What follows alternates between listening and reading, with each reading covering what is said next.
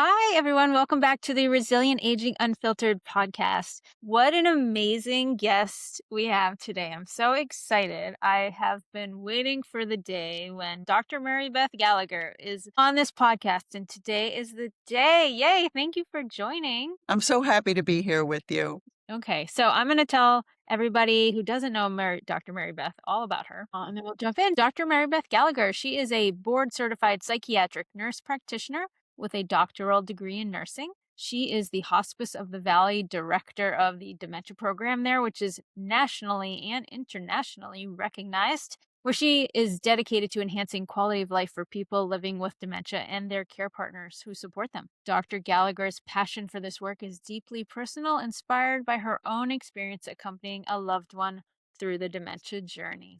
Thank you for being here today. So I've known Dr. Mary Beth since 2005, I believe. Oh. And what an inspiration she has been to me in so many ways. Aw. And I feel like every time that I talk to you, Mary Beth, I learn something new about you and your life. So I can't wait to see what comes out today. Yes, let's see. So the way I think of you, you have been a nurse for many, many years, decades. But then there's been this through line of being an artist, creative, musician, singer type of person who has had a lot of fun in your life with that and other things. And so I'm curious if you might share, about that and how the nursing has fit into that. And just tell your whole story. Okay, you got a lot of time.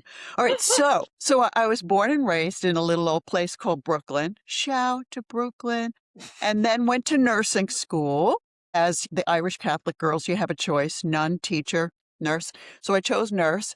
And then when I graduated as an RN, I immediately moved to San Francisco, which back in the 70s was this magical place, right? Just a lot of free thinkers and painters, poets, musicians, singers, songwriters. And I really wanted to be in that environment. So I was a psychiatric nurse at an acute mental health hospital, but lived in an artist community. And I would sing along with my little Linda Ronstadt records and stuff. And the musicians would hear me and go, that's your voice? Would you want to sing with us on stage?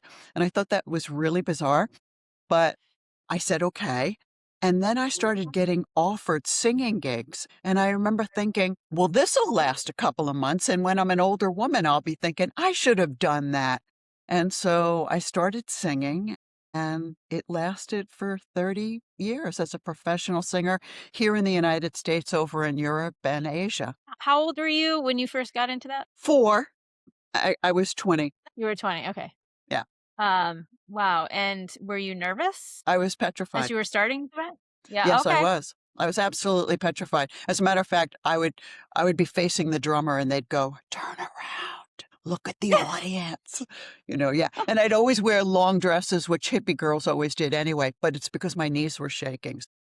Oh my gosh. Okay. Wow. I bet no one could tell, or at least they can't now. That's for sure. And so, can you share? Or have you been a singer with bands or artists that I would know of? No, but I was an opening act for a lot of bands that you would Yes. probably Well, know, that's what I only mean. because you know older music, though. Yeah, you Yes. got to be of a certain age. So, Yeah, and then I worked in the recording studios and stuff too. so who are some of the bands that you opened for? Okay, how far back do you want to go? Anybody Just from like Frankie Valli and what's that country western sing? Oh God, my memory. But anyway, like Huey Lewis and the News, Donna Summer, Disco Queen, wow. Anyway, Beach Boys. Mm-hmm. Oh my gosh. It'll occur to me tonight when we're not talking. So actually where that leads to is Yeah. I loved being a nurse and I love nursing. It's just that it was an opportunity that I figured I needed to grab back then. Little did I understand, though, that it was going to lead me back into nursing, because when you're on stage for 30 years, you really get to directly experience the power that music has within just a couple of songs, where our differences fade to the background, our similarities come to the front, and that there's this shared intimacy, even with people who are strangers. It's so powerful. Did you notice that right away when you were 20, or did that take time? It took time, but I was taking notes. And then when I was over in Europe, I was in a couple of countries that, I was in like a little black mini skirt. Okay, so like think back, Madonna, Pat Benatar, So Mhm. I would be in like a little black mini skirt and my hair was freakish.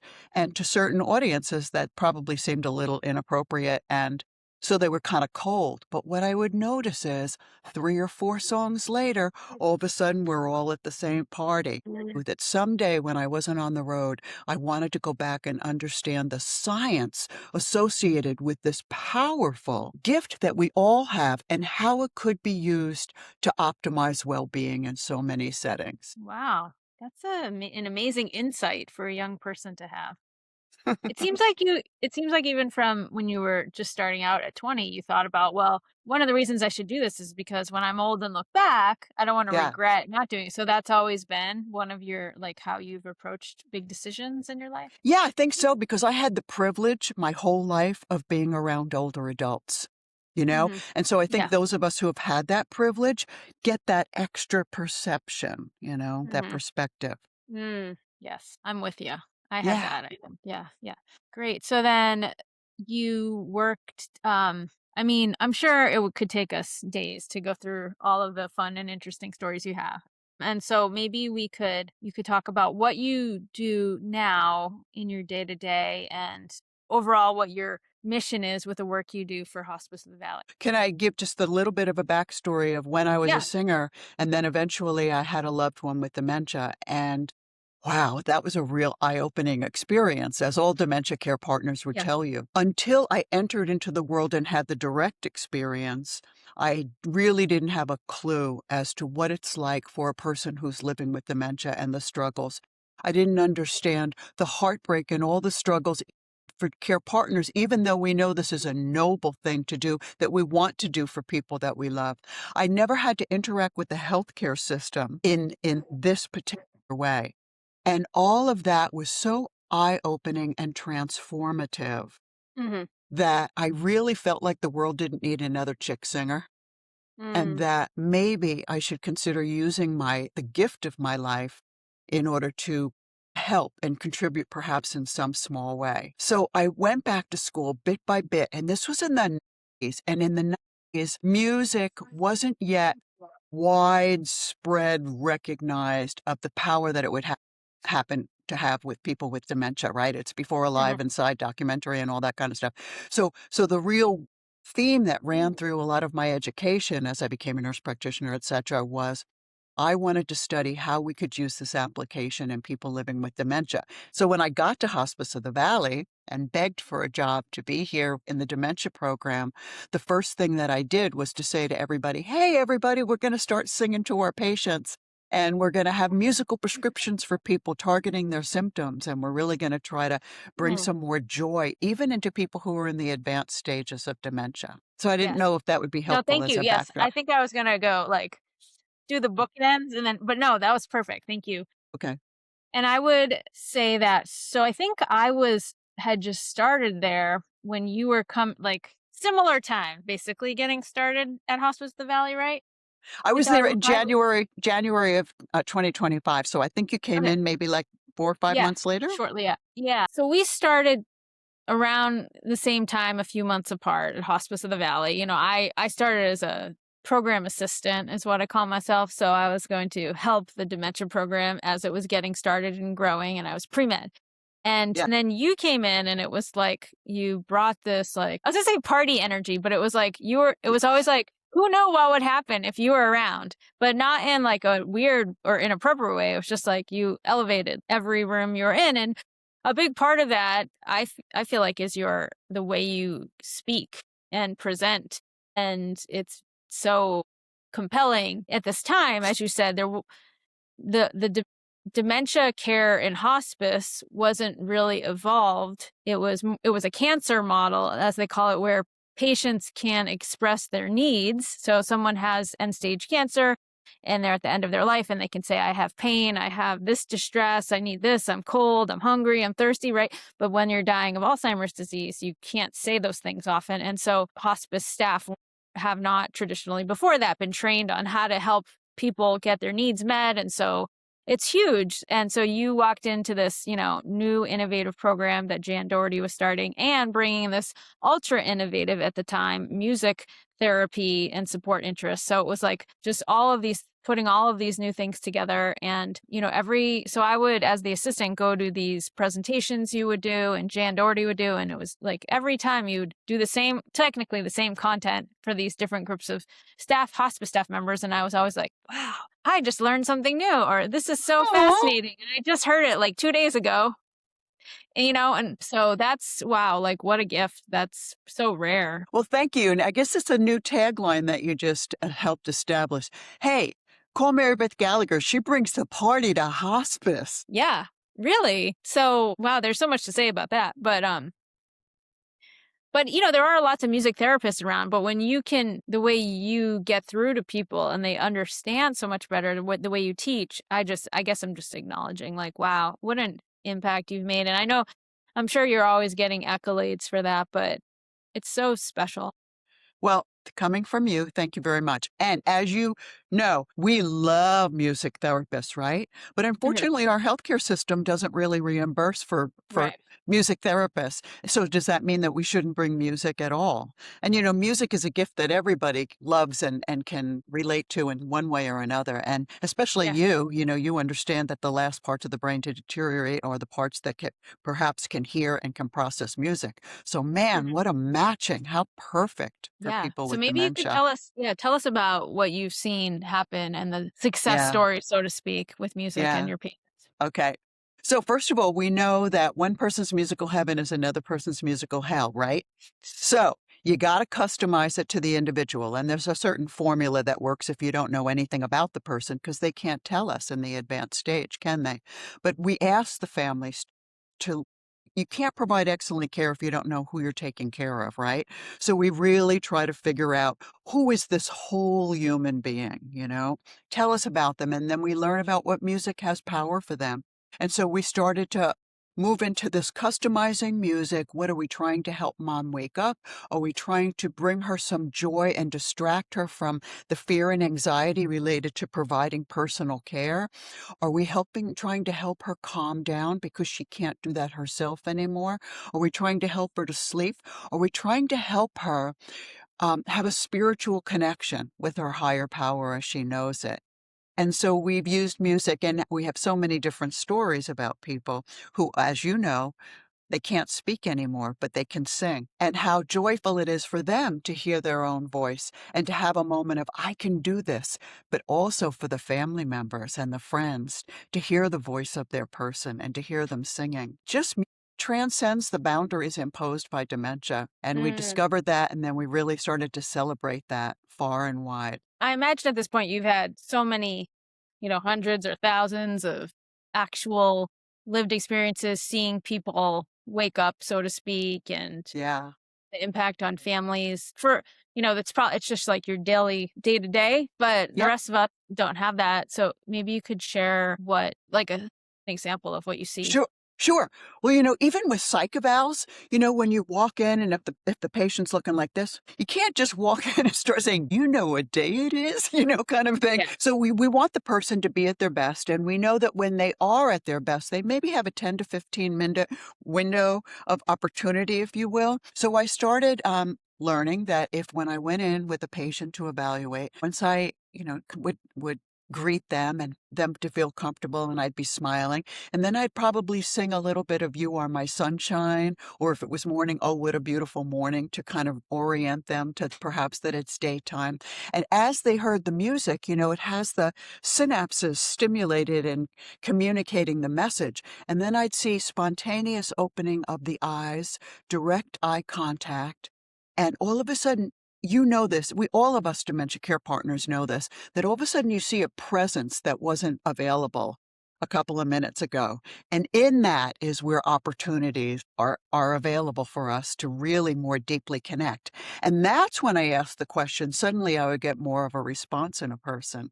And oftentimes I would get smiling or movement of the body and all of these things where the person is emerging from within, Wow. much better than IV push medication could have accomplished. Yes.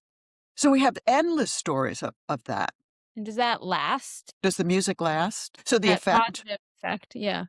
Well, then, so what happens is oftentimes it depends on the level of dementia that the person has. If it's truly, truly advanced, they don't have the ability to sustain it for more than about 10 to 15 minutes. However, the research suggests that there's a carryover effect for at least another 30 minutes. So even though it may not appear on their face because they Mhm. have a blunted or flat affect, internally, the goodness, the neurochemistry is still moving through. So for listeners that aren't used to, interacting with people at that stage of these diseases, how do you determine, how do you measure the or see the carryover effect? Well, the carryover effect, yeah, that's the whole thing.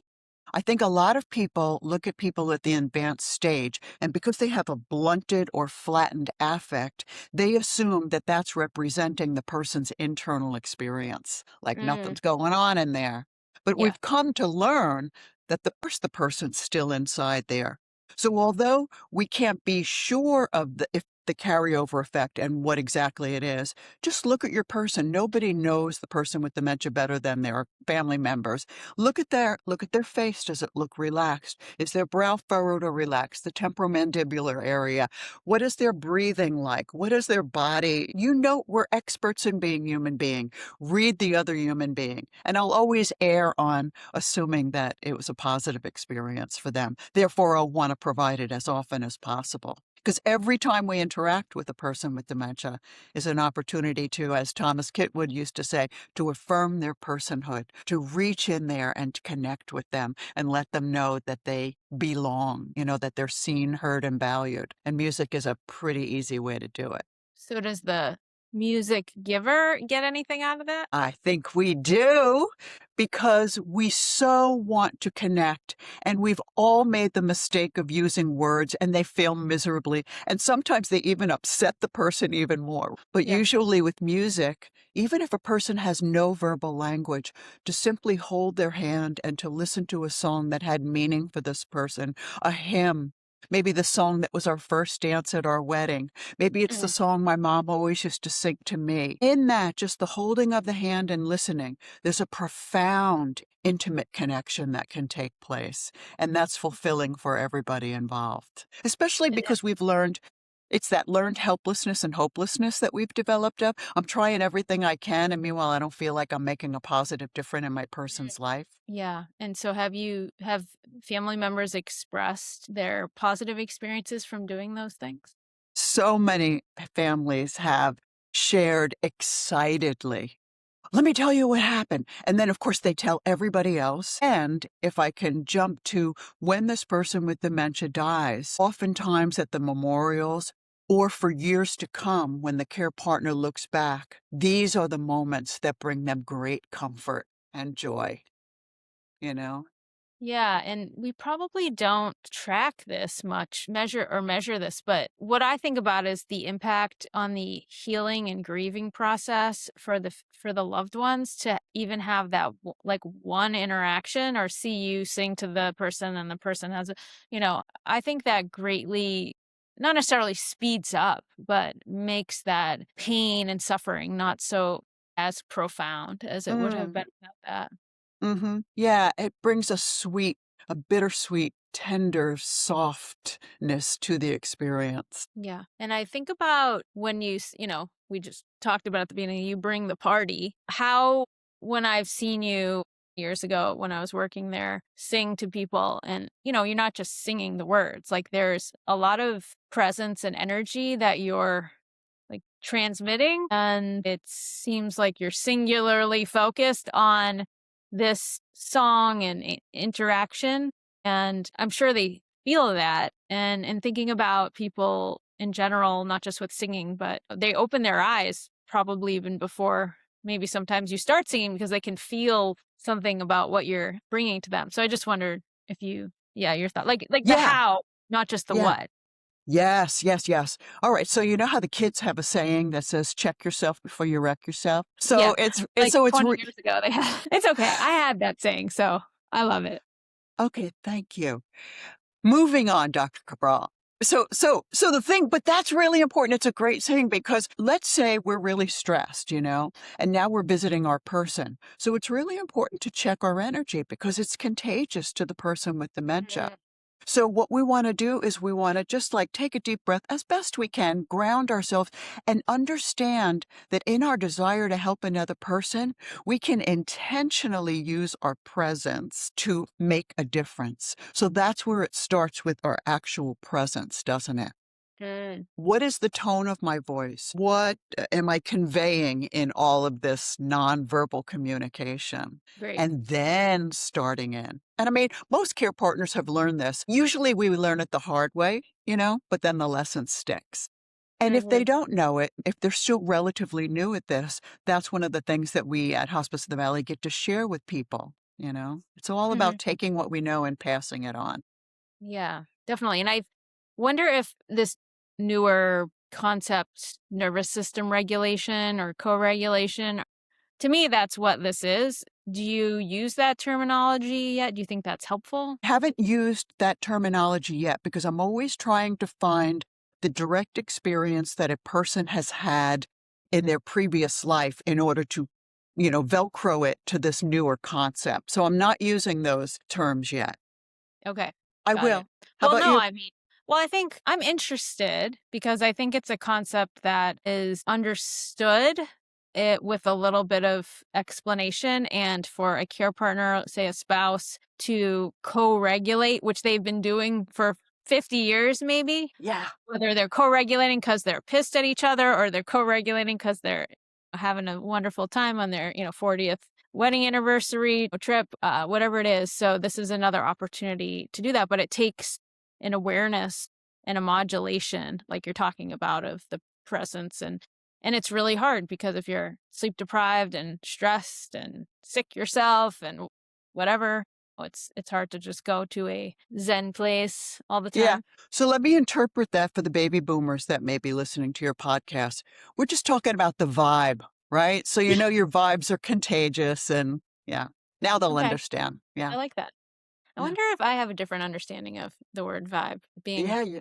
Gen X, maybe. So I just wanted to mention other things that you've taught me and that go, like, since we're on this topic, go along with helping people who are dying of Alzheimer's and related diseases feel that calmness are things like animals, pets, Mm. I mean, you're the expert on this. And what, anything else? Yeah, talk about that. Yeah, yeah, okay. So anybody who's studied dementia understands about how the brain cells are dying and the connections between them, and that they're progressive conditions, at least Alzheimer's and dementia with Lewy bodies and stuff. But the limbic system, right, where we process our emotions, even though it's impacted, it's not as Mhm. severely impacted as the higher cortical regions. In other words, we may not be able to change the way the person thinks or the way the person functions in their body.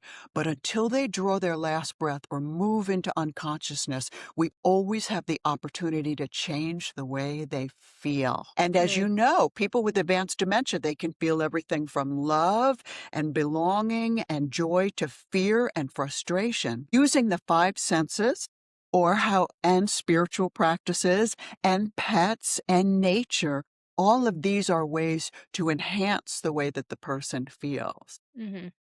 So Okay. if I'm going to bring music, and also I think I remember, back in the early days, we were learning that, okay, so if music is good, what if we complement it with another sensory experience? Like, what if I'm holding your hand or doing a hand massage? And what if the room smells really nice? And maybe we have a warm blanket wrapped around Mhm. you and we are playing the music and encourage that multimodal sensory can maybe take the person to even a better place. Yeah, and that's not shouldn't be that hard to do, to identify those things that work for that person, but it's just, it's, like, baffling that this can't fit in with our healthcare system to get reimbursed for a memory care staff member to talk to the family for 5 minutes to ask about these things, about their favorite sensory things and music, and the wow, that would make such a huge difference.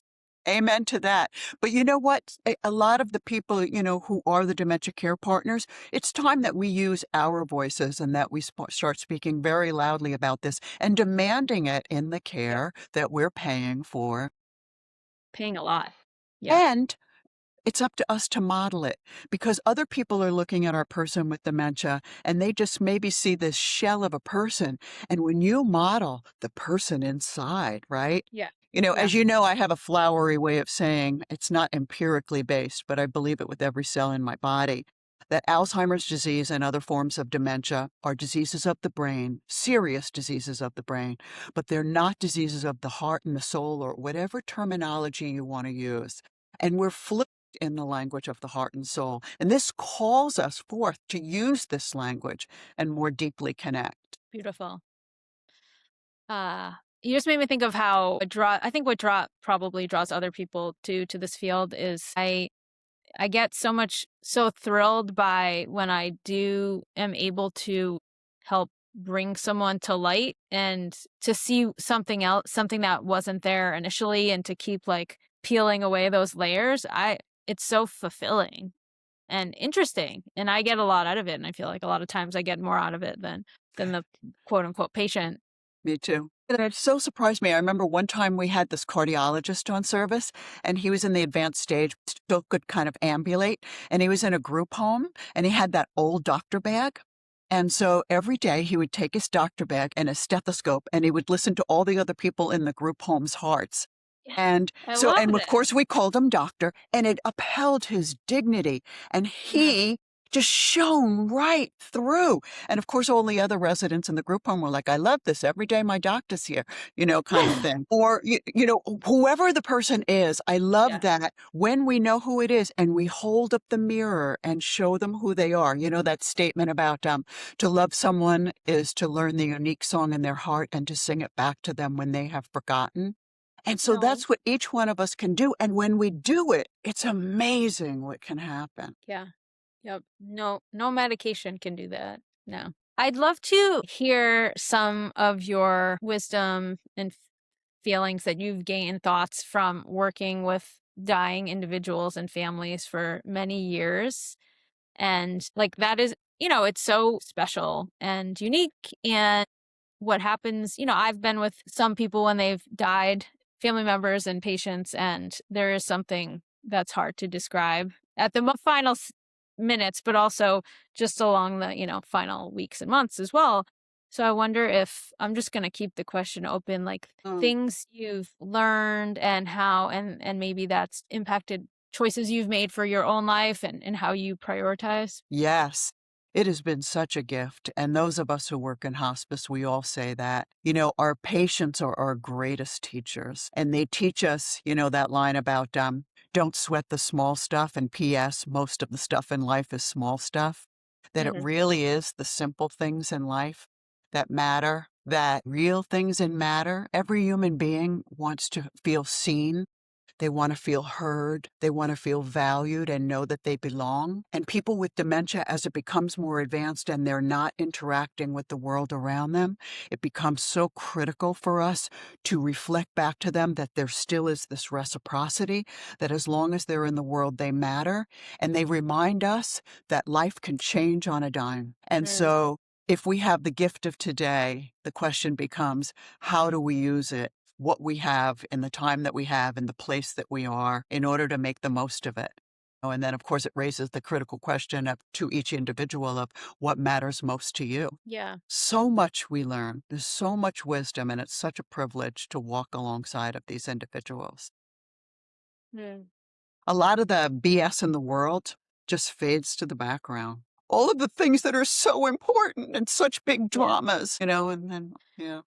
For those that are in the severe stages with their cognitive impairment and functional impairment, do they communicate or convey that they know they're at the very end of their lives sometimes, or is that very difficult? Sometimes. So there's never one pat Yeah. answer. It's all of the above. Hmm. Yeah. Yeah. It's very interesting. And you know about the word that's very common in the hospice world about the rally, where suddenly somebody's in this end stage of dementia and out of nowhere, we can't make it happen. I don't know if the person can make it happen. And suddenly there's this lucidity that just doesn't compute with everything that we've seen before. So many families talk about it. I had it in my family too. It's such a gift when it happens because there's this even easier way to connect with the person. And then they go back down into the space and then they Yeah. slip into unconsciousness. What does that How soon before they die does that tend to happen? Weeks to months. Oh, okay, so it can be months even. Yeah. Mhm. Lots of times it's weeks, though, week to a month. I mean, that's just my experience, right? There's so many other experiences, but Wow, yeah. that's amazing. Yeah. And it's really interesting. I mean, they're just such wonderful individuals before they get to that stage and being around with their families, the richness that everybody has to teach us. And, before when you were saying, like, what do you, the lessons learned? One of them is stop worrying about what everybody else is thinking and live your own life. Mm. Yeah, for sure. Can you speak to what you feel like the healthcare system is still fundamentally misunderstanding Yeah. about this? Sure. So, well, one, let's start with deep respect for people who work in healthcare. It's always been challenging, but I wonder if it's ever been more challenging than it is now. The Mm, acuity of patients that they're dealing with in the tiniest amount of time and the demands for documentation. So, deep respect to all healthcare workers. But when you think about that traditional medical model, it focuses on the disease. What care partners do is we focus on the person inside the mhm, disease. mhm, And so there's a mismatch there, isn't it? Medical models look at the deficits. Where's the pathology? What's wrong? mhm. Holistic care would be let's look at the deficits so that we can anticipate how to keep this patient comfortable and safe. And next step, how do we optimize and celebrate every residual ability they have while they have it? So that they truly can have richness of life. Additionally, when you think about other conditions, it's Mhm. the person with the condition that really needs the focus of attention. But when it comes to dementia, I got to wonder if the care partner actually is the person who needs more attention, but our system is not handling that. And everybody's falling through the gaps in our systems, right? Yep, And so there's higher morbidity, mortality rates, there's higher suffering. right. We can do better. Yeah, do you think that's getting worse? Or has it always just been the care partner, just they can't figure out how to integrate them into the care model? Can't say that it's getting worse, otherwise I'll Okay. dive into a deep depression. So let's just say let's just say that actually I do think that it's better. I do know clinicians who Okay. have not a minute more time, and while their hands on the doorknob, they will have the grace to look at the care partner and say, "I'm sorry I don't have a lot of time, but how are you doing? And I just want to recognize what an excellent job you're doing. Thank you." Just that Yeah. alone can be helpful. Yeah. Well, yeah, the systems just don't support it. And I was just thinking recently, maybe the EHR can have in the patient record, you have a tab for vitals, a tab for meds, have a tab for care partner that has all, it's kind of like different scores and measures and just narrative about how they're doing. And I mean, that would be huge and not that hard. Right. Yeah. Agreed. Yeah. Maybe that's something that you can take care of in your very Yeah. Yeah. yeah, Gotta get some policy change going.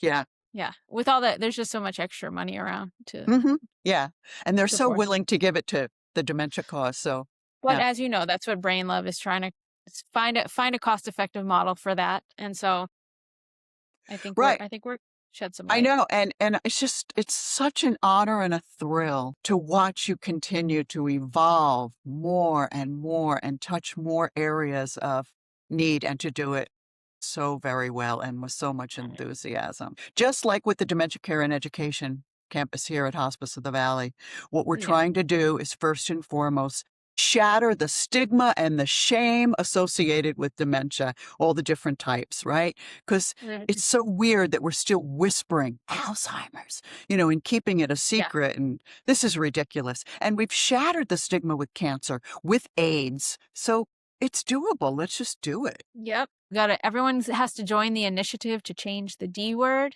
Check that out, Yeah. notdemented.com.